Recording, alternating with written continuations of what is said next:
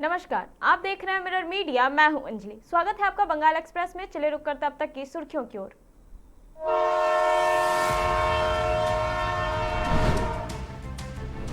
रहमतनगर में हमला, हेलमेट में नजर आई अग्निमित्रा पॉल।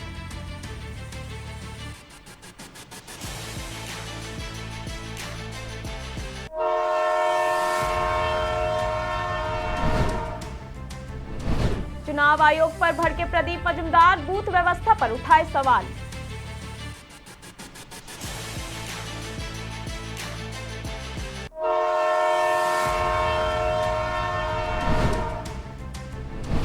पानागर में कार हादसा, डिवाइडर पार कर दूसरी लेन में घुसी गाड़ी।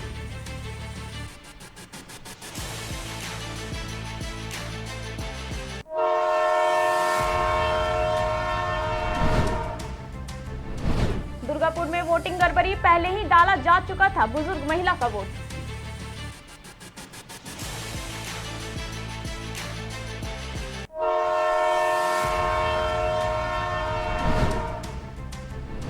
दुर्गापुर पश्चिम में वोटिंग के दौरान अव्यवस्था, बुजुर्गों को धूप में बैठाने का आरोप।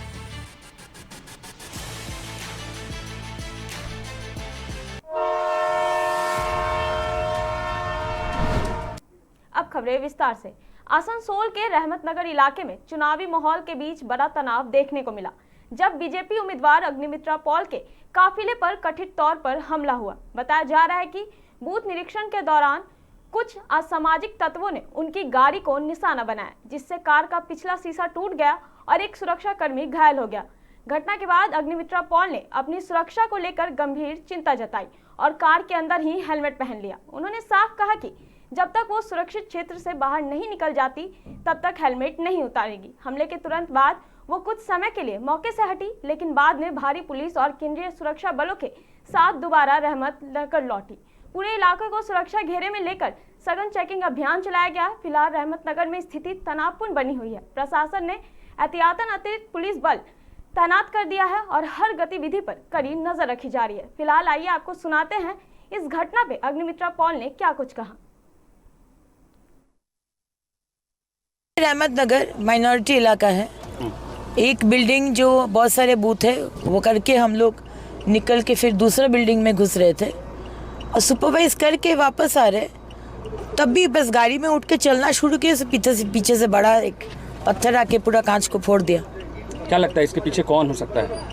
अब माइनॉरिटी इलाका में अग्निमित्रा पॉल घुसेगा, बीजेपी घुसेगा तो किसका प्रॉब्लम होगा? आप सोच लीजिए किसका प्रॉब्लम होगा। इसमें कोई घायल हुआ है क्या? हम तो सामने में बैठे थे, मेरा कुछ नहीं हुआ। मेरा सिक्योरिटी का पूरा बदन पर कांच आके गिरा और मेरा आत्मसहायक मेरा सेक्रेटरी पीछे बैठा था, उसके लगा है, उसको कांच वांच सब लगा है उसका। तो इस घटना को किस तरह से देखते हैं? चुनाव आयोग की इतनी सख्ती के बाद भी इस तरह से आप पे हमला होता है। अब चुनाव आयोग इसका विषय देखेंगे, हम क्या बोलेंगे। आपने थाना पे आया और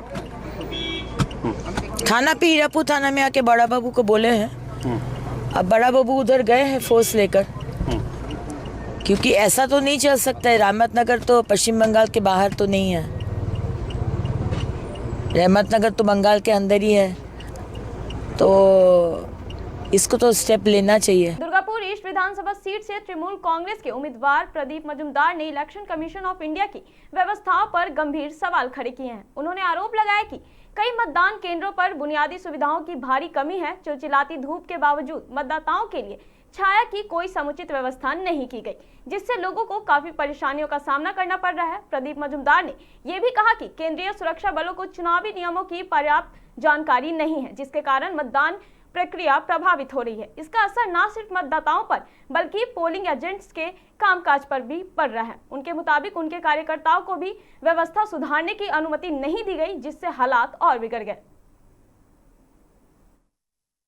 অব্যবস্থা আছে, এই প্রখর রৌদ্রে টেন্টের ব্যবস্থা করা হয়নি, বাইরে চালা আমাদেরও লাগাতে দেয়নি, নিজেরাও লাগাননি, মানুষ এই একটা কষ্ট রয়েছে। আদারওয়াইজ আমাদের এখানে শান্তিপূর্ণ, অনেক জায়গায় খুব ধীরে হচ্ছে পোলিংটা, কিন্তু এমনি সব জায়গায় শান্তিপূর্ণভাবে নির্বাচন হচ্ছে। রাজবান্ধা শ্রীরামপুরে ইভিএম মেশিন খারাপ হয়ে গেছিল, সেগুলো কি এরম দেখুন, এরা তো নড়বড়ে যন্ত্রপাতি নিয়ে করে, অনেক সময় নিজেদের ইচ্ছে করে ওরকম। অনেক বাদ গেছে আমাদের যখন মক পোল বা এনুমারেশন হচ্ছিল सब মেশিনপত্রের। पश्चिम बंगाल के पानागढ़ में नेशनल हाईवे 19 पर एक 4 व्हीलर का अचानक कंट्रोल बिगड़ गया, जिससे गाड़ी डिवाइडर पार कर दूसरी लेन में पहुंच गई। ये घटना धरला मोड़ चौराहे के पास उस वक्त हुई जब वाहन दुर्गापुर से वर्धमान की ओर जा रहा था। बताया जा रहा है कि गाड़ी राज्य SC ST OBC development and finance corporation की थी। हादसे में ड्राइवर की हल्की चोट आई है और वो सुरक्षित है। सूचना मिलते ही बुदबुद थाना पुलिस मौके पर पहुंची और क्रेन की मदद से गाड़ी हटाई गई। इस दौरान कुछ देर के लिए ट्रैफिक प्रभावित रहा। दुर्गापुर के बेनाचिती हाई स्कूल स्थित बूथ नंबर 86 पर मतदान के दौरान एक हैरान करने वाली घटना सामने आई। ये वोट देने पहुंची बुजुर्ग महिला गीता अधिकारी को बताया गया कि उनका वोट पहले ही डाला जा चुका है। महिला ने स्पष्ट किया कि वो इससे पहले वोट देने नहीं आई थी, इसके बावजूद उनका नाम वोटेड दिखाया गया। इस बात से वो सदमे में आ गई और बिना मतदान किए ही वापस लौटने को मजबूर हो गई। घटना की जानकारी मिलते ही तृणमूल उम्मीदवार कवि दत्ता मौके पर पहुंचे। उन्होंने मतदाताओं से बात की और पूरे मामले को गंभीर बताते हुए इलेक्शन कमीशन ऑफ इंडिया से निष्पक्ष जांच की मांग की। इस घटना के बाद इलाके में चुनावी प्रक्रिया पारदर्शी और सुरक्षा को लेकर सवाल खड़े हो गए। ভোট দিতে গেলাম, বললো যে আপনি ভোট দিয়ে গেছেন, বলে আমি ভোট দিয়ে যাই না, যে আমাদের বাড়ির পাশের বাড়ি আমার পঙ্কি ঠাকুর ছেলে তপস অধিকারী। আপনি কখন ভোট দিতে এসেছিলেন? ভোট দিয়েছিল মা 11টা বাজে। এসে কি দেখলেন তখন? আমি সবাই ভোট দিচ্ছি, আমি লাইন দিয়ে ঢুকলাম, যে ভোটের কাছে গেলাম, বলছে আপনি তো ভোট দিয়ে গেছেন, আমার ভোট দেওয়া হয়ে গেছে। তো আপনার আঙুলে কালি রয়েছে? না, দেখুন কেন রয়েছে কোথায়? কারা বললো ভোট হয়ে গেছে? ওনারাই বললো। ওনারা বলতে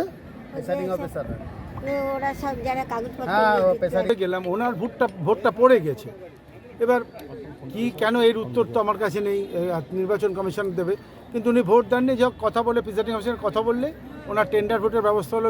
আসতে বললেন ওনাকে 6টার সময় আসবেন, এসে ভোট দেবেন উনি, ওনার টেন্ডার ভোট হবে। কিন্তু ন্যায্য ভোট থেকে উনি বঞ্চিত হলেন, সেটা কথা নয়। কথা হচ্ছে, দেখুন যেটা কথা হচ্ছে, আমি বলছি যে এত কড়াকড়ি, এত নাকি সুশৃঙ্খল ব্যবস্থা, সুশৃঙ্খলের এই নমুনা। দেখুন তো রোদের মধ্যে লোকগুলো কত বড় লাইন, কত কিছু লাইন, তার লোকগুলো এসে ভোট না দিতে পেরে ফিরে যাচ্ছে অনেক লোক। একটা কোনো ব্যবস্থা নেই যে একটা ছায়া জানে এই টেম্পারেচার। दुर्गापुर पश्चिम 277 के माइकल मधुसूदन कॉलेज स्थित बूथ संख्या 152-156 पर मतदान के दौरान अव्यवस्था की शिकायत सामने आई है। आरोप है कि बुजुर्ग मतदाताओं को चिलचिलाती धूप में लंबे समय तक इंतजार कराया गया, जिससे उन्हें भारी परेशानी हुई। मौके पर पहुंचे तृणमूल उम्मीदवार कवि दत्ता ने केंद्रीय बलों पर अमानवीय व्यवहार का आरोप लगाया। उन्होंने कहा कि अधिकतर मतदाता 70 वर्ष से ऊपर हैं, ऐसे में उन्हें धूप में खड़ा रखना बेहद मुश्किल है। उन्होंने इलेक्शन कमीशन ऑफ इंडिया के दिशा निर्देशों का हवाला देते हुए बुजुर्ग और बीमार मतदाताओं के लिए विशेष व्यवस्था की मांग की और मामले की जांच की बात कही। এসছে সিকিউরিটির লোকজন বা এরা এত ডিসিপ্লিনের নামে এত একটা হিউম্যানিটিকে বিসর্জন দিয়ে দিচ্ছে। দেখো প্র্যাকটিক্যালি ওখানে ম্যাক্সিমাম লোকই 70+ ভদ্র মহিলা, কারো আপনার সবাই বাইরে, গেটের বাইরে। একে দেখো ওখানে ডিস্টেন্সটা করেছে এত দূরে, এবার গেটের বাইরে ওইভাবে দাঁড় করে রেখেছে। আমি ডিএম SDO সবাইকে বললাম, কিচ্ছু হয়নি কোথাও, কারণ এরা কারোর কথাই শুনছে না। এবং তাদেরকে ফোন দিয়ে যখন কথা বলতে দিচ্ছি বলছেন আমরা কথা বলবো না, আমরা শুধু ওদের সিনিয়র অফিসারদের কথা, সিনিয়র অফিসাররা বাড়ি থেকে এসে আমি তাদেরকে বললাম যে দেখুন আপনারা, এরা তো আমাদেরও বাড়িতে মা ভাই বোন আছে, জাস্ট ফিল ইট না, ওদের তো কোনো জ্ঞান। पांडेश्वर क्षेत्र के दुर्गापुर फरीदपुर ब्लॉक स्थित मधाईपुर प्राथमिक विद्यालय बूथ संख्या 39 पर तृणमूल के क्षेत्रीय अध्यक्ष गौतम घोष ने जीत का दावा किया है। उनका कहना है कि नरेंद्र नाथ चक्रवर्ती भारी मतों से जीत दर्ज करेंगे। उन्होंने सुरक्षा व्यवस्थाओं पर संतोष जताते हुए कहा कि सेना और प्रशासन की भूमिका बेहतर रही है और कहीं से भी अशांति की खबर नहीं आई है।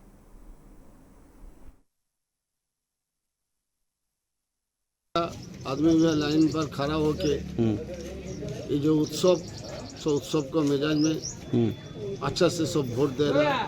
हम अभी वोट दिया, अच्छा नहीं है, लेकिन बहुत सारे केंद्रों बाहिनी जो दिया गया है ठीक ठाक काम कर रहा है अभी तक। वो लोग मानुष जैसे वोट देता है वैसे वोट देता है, कोई अभियोग अभी तक अभियोग नहीं है।